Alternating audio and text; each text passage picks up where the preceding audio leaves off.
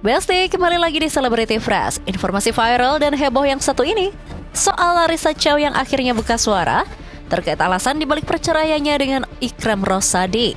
Penasaran seperti apa informasinya? Langsung saja, ini dia.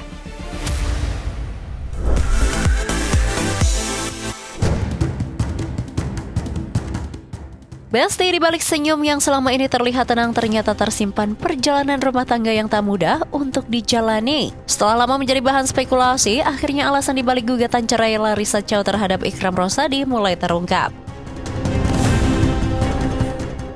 Bukan soal harta, bukan pula soal orang ketiga, melainkan sebuah perasaan yang disebut telah dipendam dalam waktu yang tidak singkat. Setelah proses perceraian, Larissa dan Ikram Rosadi memasuki persidangan. Kuasa hukumnya akhirnya membeberkan alasan yang menjadi dasar gugatan kliennya di Besti. Menurut sang kuasa hukum, Larissa merasa menjalani kehidupan rumah tangga seorang diri. Yang jelas dia merasa sendiri dalam menjalani kehidupan, gitu. Bahwa dia itu menjalani kehidupan keluarga itu dengan sendiri selama dia pernikahan. Jadi itulah yang puncaknya 2025 di Oktober. Di tengah berbagai isu yang sempat beredar di media sosial, kuasa hukum Larissa juga meluruskan sejumlah spekulasi. Ia menegaskan bahwa gugatan cerai yang diajukan tidak dilandasi tuduhan perselingkuhan. Menurutnya, apabila memang ada dugaan tersebut, tentu akan muncul fakta dan dasar hukum yang berbeda dalam persidangan. Namun hingga saat ini, kuasa hukum menegaskan tidak ada fakta persidangan yang mengarah pada isu tersebut. Dalam gugatan yang diajukan, Larissa Chow disebut hanya meminta perceraian beserta hak-hak yang diatur dalam hukum. Di antaranya nafkah mut'ah sebesar 50 juta rupiah dan nafkah anak sebesar 3 juta rupiah setiap bulan. Sementara itu, tidak terdapat permohonan mengenai pembagian harta bersama atau harta gorogini dalam gugatan tersebut. Yang jelas yang diajukan adalah untuk pisah, ya kan? Petitumnya nih, tuntutannya untuk pisah, kemudian nafkah mut'ah, terus nafkah anak gitu aja. Kemarin seperti itu. Ada nominal bang dari nafkah mut'ah dan anak itu? Di permohonan kita sih di gugatan kita dibikin nafkah mut'ah itu 50 juta, kemudian untuk nafkah anak 3 juta per bulan. Tapi ya itu kembali lagi kepada putusan majelis hakim. Kata gono gini nggak ada dimohonkan. Kuasa hukum juga menjelaskan bahwa keputusan mengajukan gugatan bukanlah keputusan yang diambil secara terburu-buru. Menurutnya, Larissa menunggu hingga seluruh syarat formal terpenuhi, termasuk masa pisah rumah sebagaimana dipersyaratkan dalam proses perceraian. Tak hanya itu saja, kesiapan mental dan psikis juga menjadi pertimbangan sebelum akhirnya gugatan resmi didaftarkan. Pertimbangannya jelas kan sekarang ada syarat ya, harus 6 bulan pisah rumah segala macam ya. Artinya ketika formilnya sudah dipenuhi, kemudian dan hal sudah siapnya mental dan psikisnya dari klien kami, akhirnya dibuka. Pernyataan kuasa hukum Larissa Chow kali ini memberikan gambaran mengenai alasan yang menjadi dasar gugatan cerai. Namun proses hukum masih terus berjalan, dan pada akhirnya majelis hakimlah yang akan menilai fakta-fakta yang diajukan oleh kedua belah pihak nih Besti. Informasi selanjutnya, ada kuasa hukum Nikita yang ajukan permohonan ke majelis hakim agar Nikita dihadirkan di meja persidangan. Akankah permintaan tersebut dikabulkan? Mengingat kuasa hukum Reza Gladys minta perlindungan ke Mahkamah Agung karena dugaan Nikita menyuap majelis hakim hingga jaksa. Seperti apa informasinya? Langsung saja, ini dia.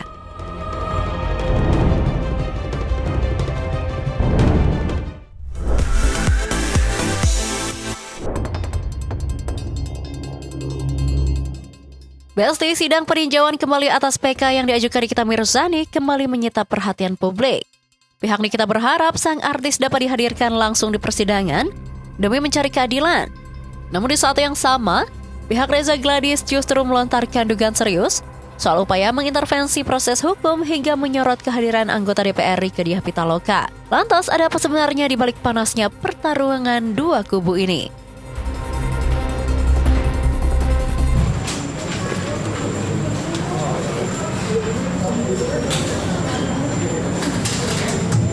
Tiga orang anak alasan mengapa saya tidak pernah lelah berjuang untuk mencari dan menemukan sebuah keadilan.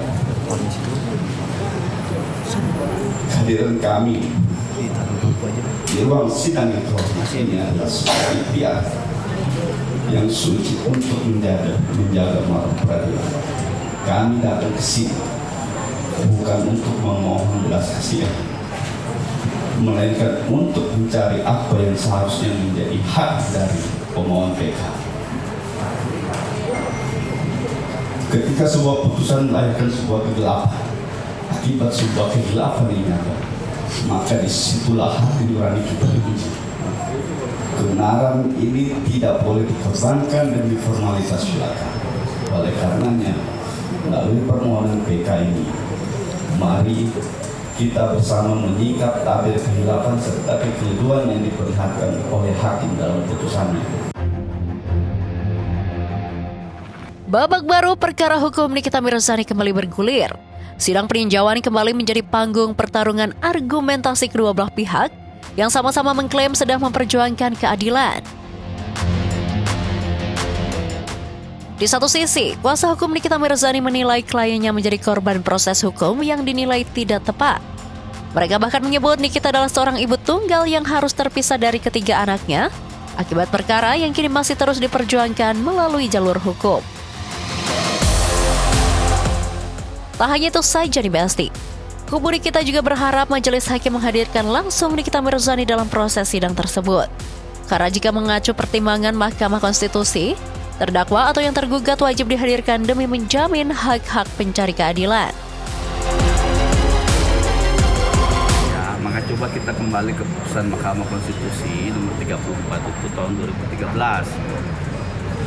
Wajib hukumnya pemohon PK itu harus hadir dengan pertimbangan Mahkamah Konstitusi berpendapat bahwa kehadiran dari penasihat hukum dalam permohonan PK itu adalah sifatnya hanya mendampingi karena yang mengalami langsung akibat dari perbuatan, akibat dari dihukumnya seorang terpidana ini adalah si prinsipal itu sendiri. Makanya sama Mahkamah Konstitusi dalam putusannya mempertimbangkan bahwa dengan melihat hal tersebut maka wajib hukumnya harus menghadirkan pemohon PK dalam persidangan gitu. Meski agenda pembacaan permohonan PK telah selesai digelar, perjuangan hukum masih jauh dari kata usai. Tahapan berikutnya akan memasuki pemeriksaan ahli sebelum nantinya jaksa memberikan tanggapan terhadap seluruh permohonan yang diajukan pihak Nikita Mirzani. Dalam kesempatan yang sama, kuasa hukum Nikita Mirzani juga menyampaikan apresiasi kepada anggota DPR Rieke Diah Pitaloka yang beberapa waktu terakhir terlihat ikut mengawal jalannya perkara. Menurut mereka, kehadiran Rieke merupakan bentuk kepedulian sekaligus angin besar terhadap dugaan ketimpangan hukum yang menimpa Nikita Mirzani. Terima kasih ya buat Teh Rieke, Bu Rieke Diah Pitaloka ya, yang dalam beberapa bulan terakhir ini memang mau gitu ya meluangkan waktunya, membuang waktunya untuk mengawal kasus ini. Tapi yang penting adalah bukan soal dia mengawalnya, tapi soal dia ada di sini karena beliau melihat ada ketimpangan, ada ketidakadilan yang diperlihatkan kepada Nikita Mirzani. Nah, oleh karenanya beliau juga bertugas di DPR RI sebagai lembaga pengawasan dari kinerja pengadilan dan lain sebagainya, lembaga hukum. Nah, beliau alhamdulillah mau membantu dan ikut berpartisipasi juga dalam pengawalan kasus ini. Kami berterima kasih kepada beliau. Namun dukungan tersebut justru memunculkan respons keras dari kubu Reza Gladys nih Besti. Melalui tim kuasa hukumnya, Reza Gladys mengaku telah mengajukan permohonan perlindungan hukum atau judicial immunity bagi majelis hakim di seluruh tingkatan. Alasannya, mereka khawatir independensi hakim dapat terganggu selama proses peninjauan kembali perkara Nikita berlangsung.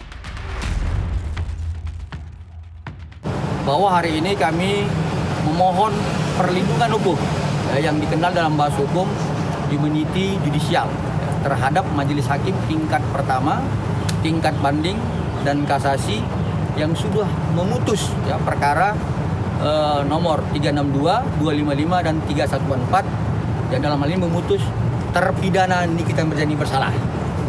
Dan kenapa kami memohon perlindungan hukum terhadap majelis hakim? Karena kami ada melihat peristiwa-peristiwa yang kami duga kuat akan mengganggu kemandirian dan integritas dari majelis hakim nantinya dalam pemeriksaan upaya peninjauan kembali. Tak berhenti sampai di situ saja, pernyataan yang lebih mengejutkan pun dilontarkan oleh pihak Reza Gladys. Mereka mengaku memiliki dugaan adanya upaya penyuapan terhadap hakim kasasi senilai 4 miliar rupiah. Bahkan mereka menduga terdapat upaya serupa yang diarahkan pada proses peninjauan kembali. Hingga saat ini, tudingan tersebut masih berupa dugaan yang disampaikan oleh pihak kuasa hukum dan belum dibuktikan melalui putusan pengadilan. Pada intinya, isi daripada percakapan tersebut adalah kami duga ada upaya untuk menyuap hakim dalam tingkat kasasi dengan angka senilai 4 miliar rupiah. Nah, kemudian sebagaimana fakta yang kita ketahui itu di putusan kasasi itu ditolak semua ya dalil-dalil daripada pihak Nikita Mirzani. Namun lebih lanjut kami itu menemukan dan kami menduga kembali ada upaya untuk melakukan penyuapan kembali di tingkat peninjauan kembali. Jadi yang bisa kami simpulkan bahwasanya penyuapan di tingkat peninjauan kembali tersebut mungkin upaya untuk mengintervensi putusan hakim nantinya. Sorotan pihak Reza Gladys juga tertuju pada kehadiran Rieke Diah Pitaloka. Mereka mempertanyakan posisi anggota DPR tersebut yang dinilai berada di luar lingkup tugas komisinya saat memberikan dukungan di lingkungan Pengadilan Negeri Jakarta Selatan. Pihak Reza Gladys menilai hal ini bisa menambah polemik dalam perkara yang menimpa Nikita Mirzani. Dan yang lebih parahnya lagi, pihak Reza Gladys menilai bahwa munculnya Rieke Diah Pitaloka di pihak Nikita Mirzani telah menyalahi konstitusi DPR RI. Jadi ada yang kami lihat bahwa perbuatan Ibu Rieke ini sepertinya tidak menghormati ya konstitusi kita, yaitu Undang-Undang 13 tahun 2019 tentang perubahan ketiga Undang-Undang 17 tahun 2014, yaitu memberikan rekomendasi ya di depan gedung Pengadilan Negeri Jakarta Selatan. Padahal rekomendasi oleh komisi di DPR RI itu hanya boleh diberikan di gedung DPR RI. Dan kemudian dalam hal apa? Rapat dengar pendapat umum, rapat kerja, rapat panitia kerja khusus dan seterusnya.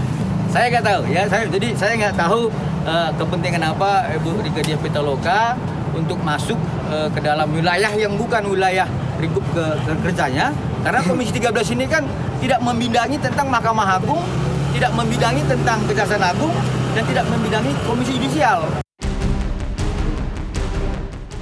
Perang argumentasi terus bergulir. Di satu sisi, kubu Nikita Mirzani berharap kehadiran langsung sang artis di ruang sidang mampu membuka jalan menuju keadilan versi mereka. Di sisi lain, kubu Reza Gladys justru melontarkan sederet dugaan serius yang mereka nilai berpotensi mengganggu independensi proses hukum. Seluruh pernyataan yang disampaikan kedua belah pihak saat ini masih merupakan klaim masing-masing dan akan diuji melalui proses hukum yang sedang berlangsung. Lantas, apakah babak peninjauan kembali ini akan menghadirkan fakta-fakta baru atau justru membuka polemik yang semakin panjang?